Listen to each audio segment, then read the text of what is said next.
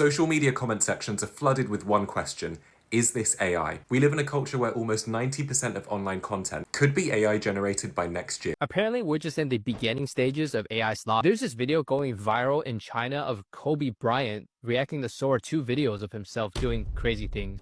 Man, that's so messed up. How does someone even think of the idea to make AI reactions of someone reacting to AI videos of themselves? I just learned that Sora AI allows people to like put their faces into it. Please tell me you are not giving it full scans of your face. Despise what Pinterest has become. I just opened my app. Look at this. AI generated image, 3 ads. I go to Pinterest for like home decor inspo. I want to buy products that exist in reality. On top of that, their platform is just filled with so much AI slop, which I simply do not want to see. Did you just see the 2 new things that ChatGPT just announced that they're going to release soon? The first being that you're going to be able to purchase things directly through ChatGPT, and the second being a TikTok-styled app that's just AI videos. It's so cool that these major AI companies that promise to revolutionize science, cure cancer, and more or less alter the existence of humanity just brought us more ads. So it seems that AI generated content creation is the new wave to do digital blackface. We hate slop, but we can't stop watching it, and the algorithm knows this. Slop content, plus the all-around rise of surveillance content and surveillance aesthetic, and the endless desire for content that feels real, even if it isn't, have led us down a one-way path where the appeal and reach of voyeuristic content has just become normalized. The catch-22 is that sometimes that content is real, but sometimes it isn't, and it doesn't matter. And the only thing that matters is it entertaining, and does it feel real enough to capture people's attention? I downloaded Sora AI to see what the fuck they got going on over there, since it's the most downloaded app in the App Store, and boy, oh boy, we are cooked. Now, I want you to know I didn't make anything, I didn't create anything, I didn't use any of the features. This is the first thing. Just so worth wasting our energy and water supply. But the language model's only going to get better. This was spooky right here. As AI tools get smarter, they're growing more covertly racist. Experts find that. Whether you a AI optimist or an AI pessimist, you got to be able to acknowledge all the net benefits and all the harms that come from this. This is everything you need to know about how to use Sora before you sign up. Now, if you don't already know, Sora is the new social media app from ChatGPT that lets you generate up to 10-second AI videos completely free. After signing up, the first thing you do is create your AI clone. A version of you is uploaded into Sora. Now, don't worry, you're in full control over who can actually use you in their videos. You can restrict it to just you, your friends, people you approve, or you can give everyone access. Please get down. Don't make me come over there, please. You want me to come down, Ossifer? Do you know who I am? He sliced the credit card. Oh, and it's a penalty for Barcelona! What is this? Who asked for this? When we look back at this moment of time, we will all collectively agree that this is the part where we lost the plot. In this episode of the Authentic with Alicia pod, where we keep it real and rooted in purpose, we're adding another addition to this month's theme, the dark side of authenticity. No, it's not all sunshine and rainbows and be yourself and everything works out. We are delving deep, and I love the discussions we've been having lately over on Patreon. So if you want more, you can head over there, where we discuss performative authenticity, oversharing, and not allowing our past to haunt and hold us hostage. If you're new to this, not true to this, Sora 2 has been in the streets doing the most. I have seen things that I wish I could unsee, and that is saying a lot if you know me. Social media never ceases to surprise me, and then we get this. AI slop takes it to the top, and here we are waiting for the next drop. It is insanely idiotic, some of the things people have come up with. Cue the clips. Your boy David here, about to yeet this little stone at Goliath and see what happens. Okay, so I told y'all to trust the process, but no, y'all wanted to stay in Egypt stacking bricks. Day 2 in the tomb. No Wi-Fi, no snacks.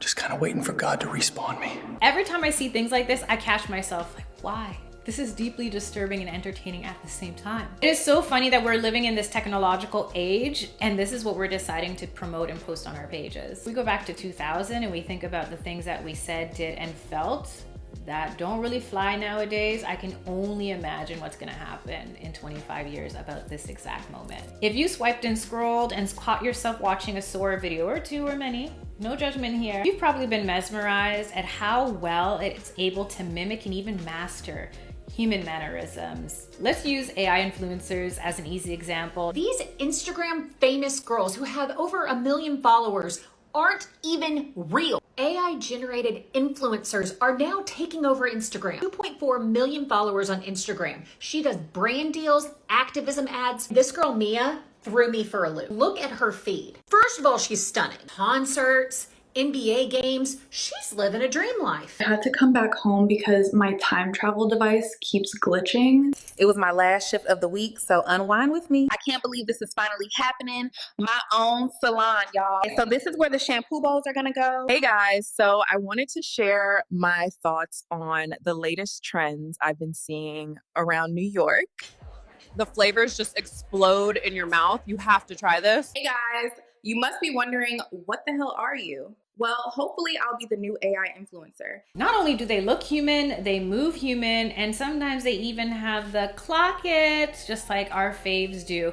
But what does that say about the average influencer? It got me thinking, back in the day, in the early age of YouTube, it used to be about the unique and not uniform. But fast forward to nowadays, AI is able to emulate an influencer, since so many influencers emulate one another. The way they speak, the way they dress, the way they run errands, aka shopping, that one always gets me. Today, I'm taking you along as I run some errands, hit the gym, and maybe do a little shopping. As unsettling as it seems, it's not surprising that machine is able to monitor and mimic these actions. Also very perplexing that people have taken public figures that have passed away tragically or mysteriously and placed them in strange scenarios. I catch myself laughing and then I wonder, what is wrong with me? Wait, what is wrong with the person who created it? Sir, you still have to pay for the slushie. My sister, I have a dream that one day this slushie will be free for all who thirst.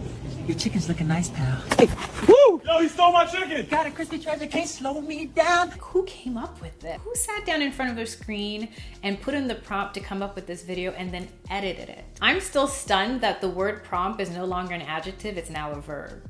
I just found out that people sell AI prompts, or more so that people buy AI prompts. I also want to get your thoughts on the value of imperfections. If we take it all the way back to the beginning, how our favorite content creators and influencers were unfiltered in all senses of the word. Nowadays, everyone is smooth to perfection, states their sentences in lightning speed without slipping up on any other words, and is able to build empires off of their persona. I really miss the days of when I used to be able to go on someone's YouTube channel and really get a sense of who they were and what they liked, no matter how quirky, weird, or different it was. As easy it would be to blame the algorithm on this attack of authenticity, all it does is promote and push what's already being engaged and interacted with. It'll be tantalizing, maybe a little terrifying to see in the next couple years, who am I kidding, months. The way this is going, it'll be a matter of months to see how well and how quickly AI advances and integrates into everyday life. Wasn't it even a decade ago that deep fakes were the most threatening topic?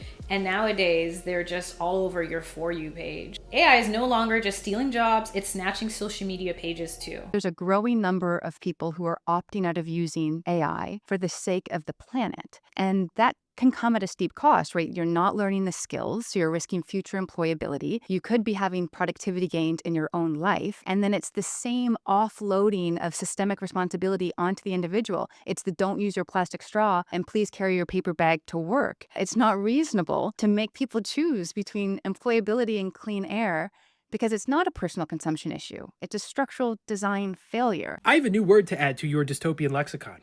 It's work slop. It's what AI is producing in the workplace, and it's actually causing a decent amount of issues. Let me explain. A recent MIT Media Lab report found that despite AI use in the workplace doubling since 2023, 95% of companies have found no measurable impact to their bottom line. Do you remember a year ago when Google was telling people to eat glue, smoke 2 to 3 cigarettes per day while pregnant, or jump off the Golden Gate Bridge? On the one hand, it doesn't answer people's questions. It tells them wrong information, and you'd think Google as a product, is designed to produce good information. But on the other hand, it directly threatened websites like the one I worked for. An entire era of the internet, 2010s, 2020s. The model was someone would Google for specific information or like a specific show or meme in my case. And then Google would serve up the link, you'd click the link, you'd go to the website, there would be an ad on the website, and that was how people got paid. That was the reason why people wrote professionally for the internet or made videos, took photos professionally for the internet. What Eat Glue overview did was that it said, okay, you can go to Google and answer your question without clicking a link. Instead, we're gonna use this AI trained on all the stuff that we've scraped without paying back anyone who produced the text originally, and you'll never have to actually see an ad on a website ever again. And that confused me because Google's entire thing, even what they trained that AI on, is human-generated content and text, and they'd invested all this time in creating this SEO system. And it just didn't make sense to me that Google would destroy all of that for an AI overview feature that didn't actually serve a better business purpose. But now as I've observed the last 2 years of tech and politics, it makes more sense to me because I believe Slop is not a side effect or collateral damage of them rushing to adopt AI or them being monopolistic corporations. I think it's actually their central strategy and the logical endpoint of everything they've been doing for the past 2 decades. It is more efficient and lucrative for these companies to destroy value than it is for them to share it more widely. Rather than growing the pie by having more human-created content, by having, a healthy, vibrant, good information ecosystem, it is better for them to artificially chop off pieces of the pie so that they own a higher percentage of the total pie. And you look at what Amazon, Google, all these companies have done to traditional industries and institutions throughout their history, and it makes sense. Ending off this video with a personal take, I've been creating content for the last 15 years. It always blows my mind every time I think of the timeline and how much has shifted. Back when I used to put my camera on a stack of books on top of a vase, and when I bring my DSLR art, people be like, wait, you're not a professional photographer? Why are you recording this? And nowadays, everyone can click and flick and post their personal lives on their device. I've been happy to see how integrated content creation has become in daily life for everybody, especially as I use my phone as my eyes to zoom in. So sometimes people think I'm recording the menu, but really I'm zooming in to read so I can do it more quickly and discreetly. On the flip side though, I feel like there's been a loss of love for the art.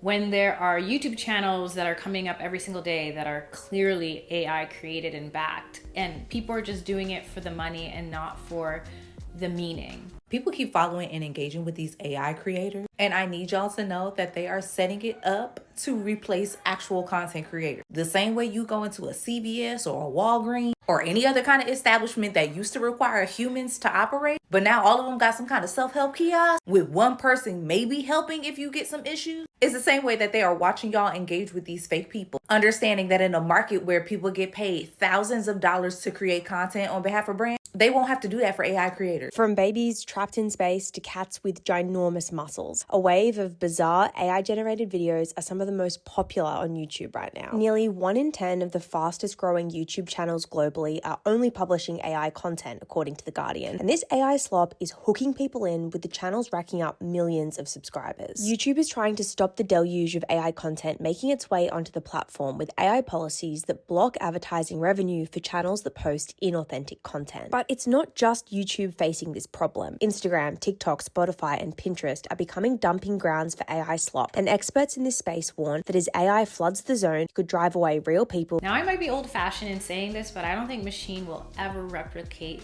the mood and what moves us as humans. As I mentioned earlier, it can imitate and emulate, but it could never evoke the same emotions with the intentions that human beings have. Y'all, so I just got back from the gym, and let me tell you, that workout was something else.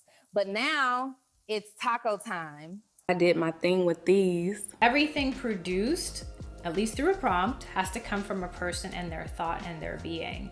And even when you think of AI music, it's still people putting in songs and sometimes changing the enunciation to adulate, to emulate. What is that word? When the voice pitch changes. You know what I'm trying to say. These things come from a human. I'm sure eventually the developers will find a way to distance from the middleman since they've already gotten rid of the creator itself. All of this brings it back to something I've said time and time again because it's true. Whatever we scroll, swipe, and see says more about you and me than it does about the creator or the content itself. If we don't consume, they will not create. Shit is getting real. Let's talk about 6 potential outcomes of what could happen if the internet fills up with AI content. The first potential outcome is that human creators will actually have an easier time standing out against the flood of AI slop on social media. The negative side of this is that human creators might find it getting harder and harder to stand out within a sea of AI slop that has been engineered to flood our brains with dopamine. If none of us trust anything we see on the internet, then that means that all of the disinformation campaigns also lose their bite. People get fatigued from constantly questioning what's real. They'll retreat into things that feel more realistic because they're pre-AI. Think old YouTube, DVD, because it feels safe and familiar. I work in tech, I work with AI, and I'm a Black woman. And most didn't look like you or I. They were older, white males. By definition, AI is created to mimic human thinking and decision making.